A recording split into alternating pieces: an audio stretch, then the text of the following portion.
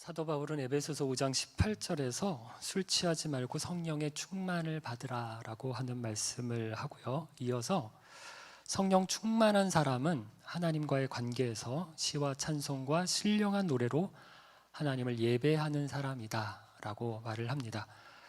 그럴 뿐만 아니라 사람들과의 관계, 특별히 가정에서 부부가 피차 복종하고 부모와 자녀가 피차 복종하는 사람이어야 한다라고 말씀을 합니다.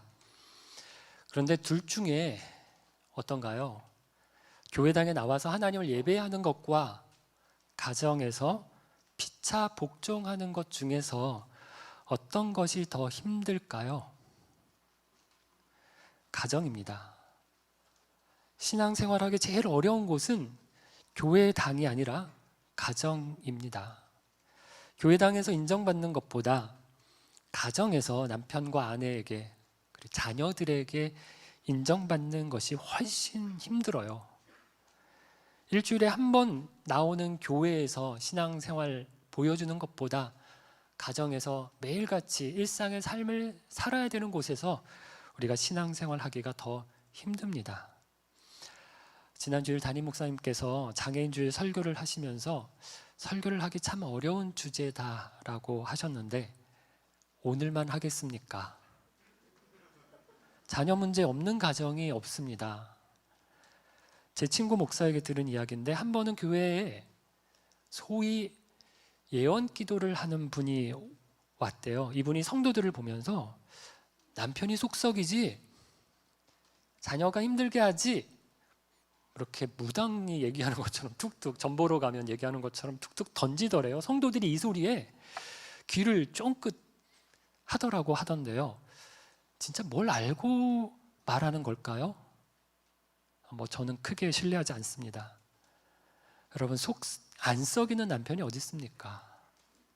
힘들게 안 하는 자녀가 어디 있습니까? 자녀 문제 없는 가정 없어요. 그래서 자녀 교육에 대해서 설교를 하기가 진짜 쉽지 않습니다. 저도 이렇게만 하면 자녀 문제 해결된다. 성공하는 자녀로 키우는 10가지 비법 이렇게 해서 지금 이 자리에서 자신 있게 말씀드릴 게 없습니다. 그럼에도 오늘 말씀이 우리 부모들에게 주시는 교훈이 두 가지가 있는데요. 첫 번째는 자녀를 양육할 때 부모가 하지 말아야 할 것. 두 번째, 자녀를 양육할 때 부모가 해야 할 것. 두 가지를 말씀합니다. 먼저 부모가 자녀에게 하지 말아야 될 것. 자녀를 노엽게 하는 것입니다. 바울이 에베소서를 기록할 당시 로마에는 아버지의 권한이다라고 하는 법이 있었다라고 하는데요. 이런 내용이 있었다고 합니다. 로마의 아버지는 자기 가족을 다스리는 절대 권한을 소유하였다. 그는 가족을 노예로 팔 수 있고 밭에서 일을 시킬 수도 있다. 심지어 그는 자녀를 사형을 시킬 수 있다. 태아를 버리는 자녀 거부라는 제도도 있었다고 하는데요. 아기가 출생을 하면 아버지 앞에 놓고요. 아버지가 허리를 굽혀서 그 아이를 받아서 안으면 그 아이를 자식으로 받아들이는 거지만 아버지가 등을 돌리면 아기는 버려져서 죽었다고 합니다. 어떤 로마인 남자가 멀리 떨어져 있는 자기 아내에게 편지를 써서 보내는데 이런 내용이 있었다라고도 해요. 행운이 있기를 바라오. 당신이 아이를 가졌다면 사내 아이면 살려두고 계집 아이면 내다 버리시오. 오늘로 생각하면 상상할 수도 없는 일이에요. 로마 시대 땐 자녀가 아버지의 물건처럼 취급받던 시대입니다. 그런데 기독교는 가히 아이들에게 대해서 혁명적인 대우를 하는데요. 우리 주님은 아이들이 자기에게로 올 때 제자들이 아이들을 못 오게 막아섭니다. 그럴 때 제자들을 꾸중하시면서 이렇게 말씀하셨어요. 아이들이 내게로 오는 것을 막지 말라라고 하시면서 누구든지 어린 아이 같지 않으면 하나님 나라에 들어갈 수 없다. 어린 아이들을 가장 낮은 자리에 있었던 아이들을 가장 높은 곳으로 올려놓으신 분이 예수님이십니다. 얼마 전 한 청년 형제와 이야기를 나누는데 교제하는 여자친구가 안 믿는 친구라서 이거 어떻게 해야 될지 고민이다라고 하더라고요. 제가 아예 믿을 가능성이 없냐 물었더니 여자친구가 원래는 교회를 다녔던 친구라고 해요. 그런데 이제 페미니스트가 된 거예요. 그러면서 성경에 대해서 반감을 갖게 되고요. 결국은 교회를 지금은 떠났다라고 하거든요. 성경을 보면 뭐가 제일 성경에 대해서 불만이고 반감이 생기는가 하면 성경에 보면 아내들아 남편에게 복종하라 라고 하는데 왜 여성이라는 이유로 무조건 남성에게 복종해야 되느냐?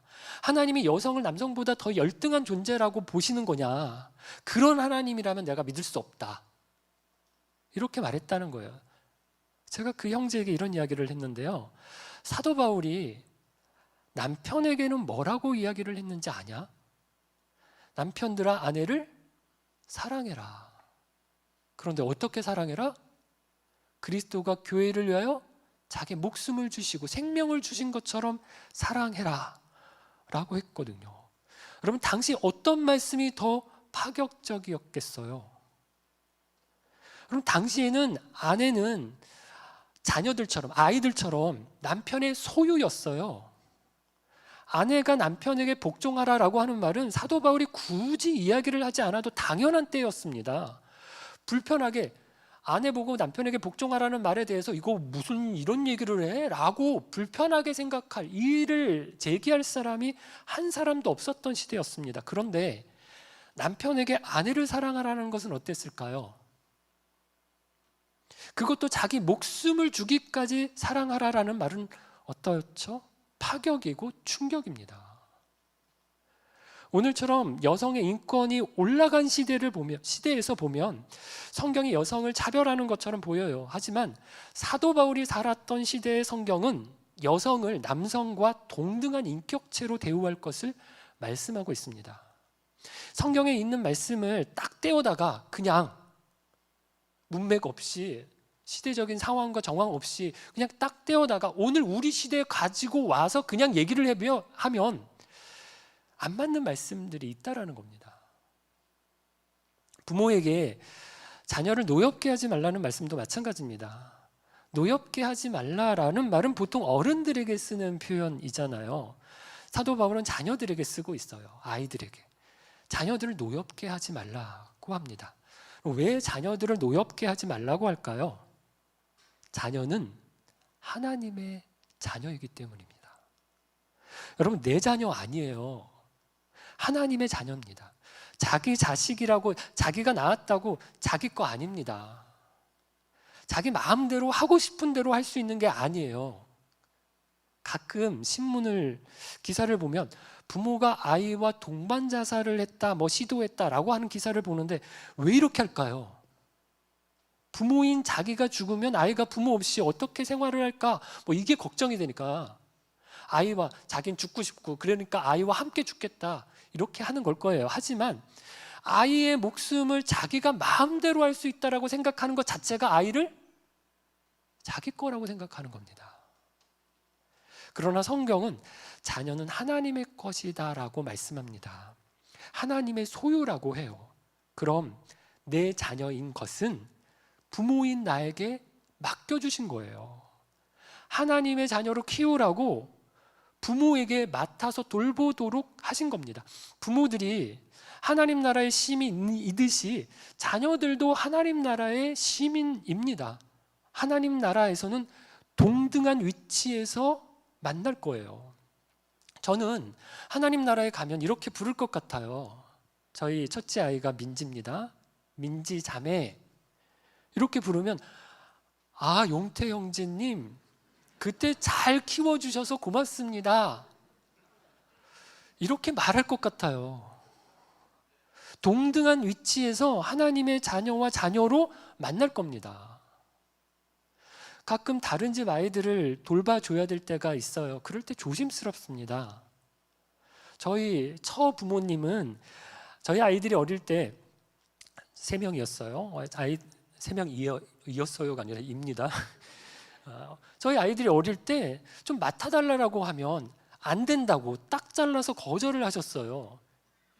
맡아서 봐주다가 다치기라도 해봐라. 원망을 내가 어떻게 듣겠느냐 이러시는데요. 그때는 좀 이해도 안 가고 좀 서운한 마음이 있었거든요. 그런데 지금은 조금 이해가 가요. 그럼 우리가 자녀들을 대할 때도 남의 자녀 대하듯이 해야 해요.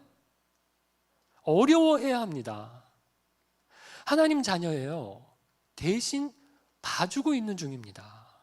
나중에 하나님께서 보실 거고 자녀의 참 부모고 참 주인이신 하나님께서 이 아이를 받아서 안으실 거예요. 그때 야, 어째 아이를 이렇게 했냐, 이렇게 해서 우리에게 따져서 물으실 수도 있습니다. 그럼 노엽게 하지 말라는 말은 어떻게 하라는 말씀일까요? 자녀를 인격적 존재로 대우하라는 말씀입니다. 인격적 존재로 대우하라는 말이 무슨 뜻일까요? 반대말을 생각하면 쉬운데 인격적 관계의 반대말은 비인격적 관계입니다. 어떤 관계가 떠오르나요? 남자들은 군대가 떠오를 거예요. 그냥 하라면 해야지 이걸 왜 하냐, 어떻게 하냐 이런 이야기를 못해요. 회사에서도 비인격적으로 대우받는 직장들이 있어요. 그래서 상관이 부하 직원에게 막말을 하고 괴롭히고 힘들게 합니다. 그럼 저와 여러분도 그렇게 할 수 있어요. 물건을 사러 상점을 가고요, 밥을 먹으러 식당에 가서 손님이 왕이다 라고 해서 매장의 직원들에게 갑질을 하는 사람들도 있죠. 비인격적으로 대우하는 예들입니다.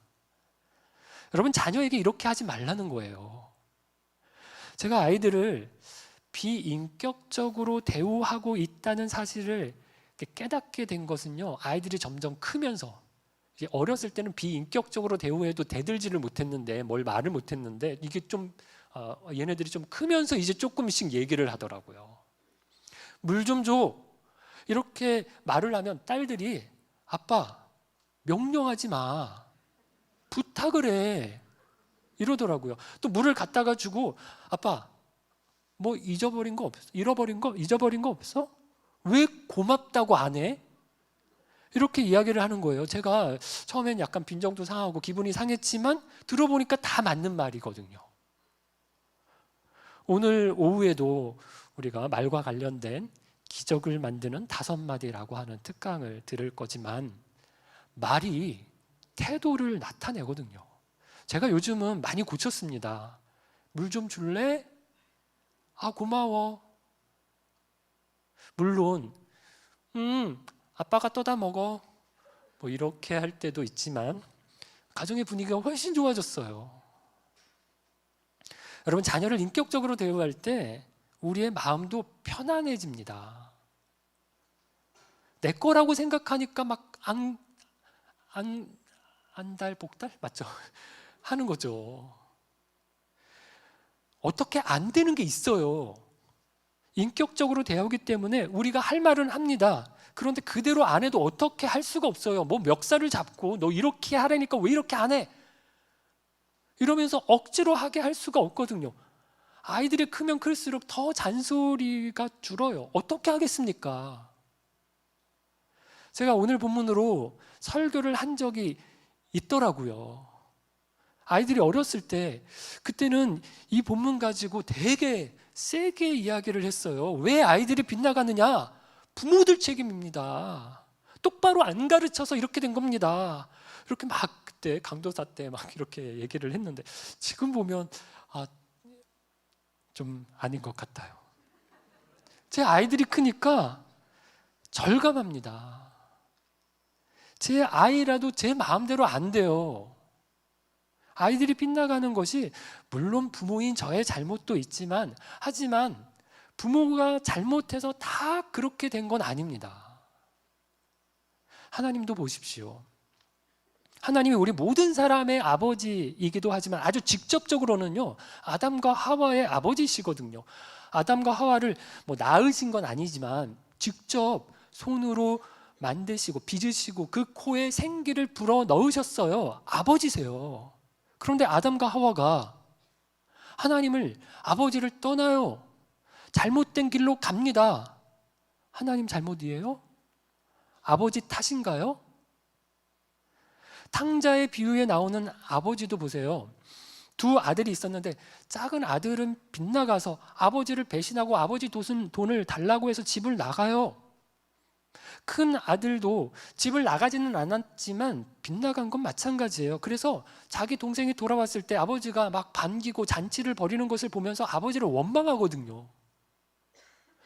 비유이기는 하지만 여기 나오는 아버지를 우리가 하나님이다라고 생각을 하잖아요. 그런데 어떻습니까? 이렇게 좋은 아버지, 이렇게 좋은 하나님 밑에도 두 아들이 모두 빗나갈 수 있다는 겁니다. 그래서 여러분, 너무 자책하지 마세요. 자녀들이 빗나간 거, 신앙에서 멀어진 거, 교회 안 나오는 거, 그거 가지고 너무 자책하지 마십시오. 여러분의 잘못만은 아니에요. 다 부모 탓은 아닙니다. 자녀 어떻게 안 됩니다. 여러분, 이건 내 자녀도 그렇지만 남의 자녀도 그렇게 봐주세요. 저의 아이들 한때 꿈이 아빠랑 다른 교회 다니는 거예요. 지금 저희 교회 나오고 저희 교회 청년부에서 또 저를 담당 교역자로 만나서 되게 좋아합니다. 만족도 높습니다. 교회도 좋고 목사님도 좋고 좋아요. 하지만 언젠가는 좀 떠나고 싶다. 아빠 밑에서. 왜 그럴까요? 스트레스가 있는 거예요. 목사님 자녀들이라고 하는 눈으로 항상 보는 게 굉장히 힘든 겁니다. 여러분, 장로 아들, 권사 딸이면 다 잘 되는 거, 잘 키울 수 있는 거 아니에요. 그냥 그렇게 좀 봐주세요. 어떻게 안 됩니다. 그럼 자녀를 어떻게 양육해야 할까요? 본문이 말하는 두 번째입니다. 주의 교양과 훈계로 양육하라고 합니다. 여러분, 노엽게 하지 말라, 인격적으로 대우하라라는 말이 무조건 잘해줘라, 그냥 오냐 하면 된다라는 말 아닙니다. 그렇게 하면 버릇 없는 아이로 자라게 될 확률이 굉장히 높습니다. 가르쳐야 되고요, 이끌어 주어야 합니다. 근데 어떻게 가르치고 어떻게 이끌어 주어야 될까요? 내 생각, 내가 옳다고 생각하는 것대로가 아니라 하나님의 자녀이기 때문에 하나님이 뭐라고 가르치는지 그걸 얘기해 줘야 됩니다. 하나님의 말씀으로 양육해야 합니다. 십계명을 보면 부모 공경하라라고 하는 계명이 몇 계명인가요? 5계명이에요. 십계명을 보통 둘로 나눠서 보는데요. 앞에 계명은 하나님과 관계된 계명이고 뒤에 계명을 사람들과 관계된 계명이다라고 나눕니다. 그런데 내 부모를 공경하라라고 하는 이 5계명을 어떤 사람들은 하나님과 관계된 계명이다라고 해서 앞에 두어야 한다라고 하는 사람들이 있고요.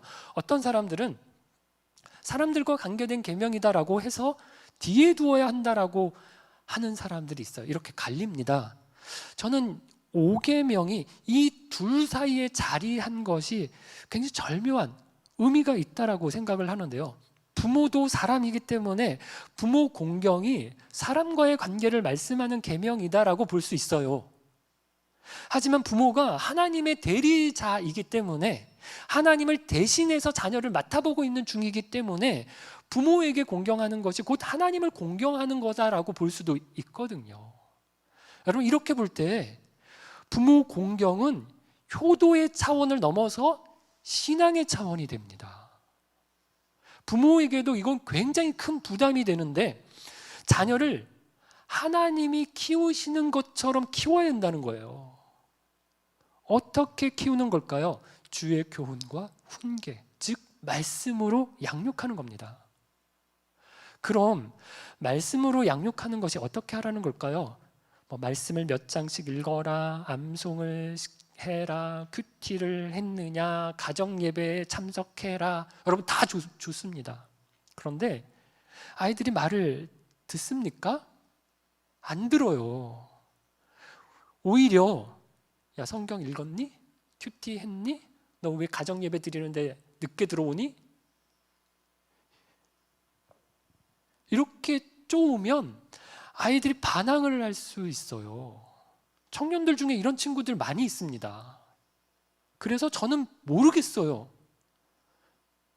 막 닥달을 하고 체크를 하는 것이 좋은지 엄격하게 하는 것이 맞는지 잘 모르겠습니다.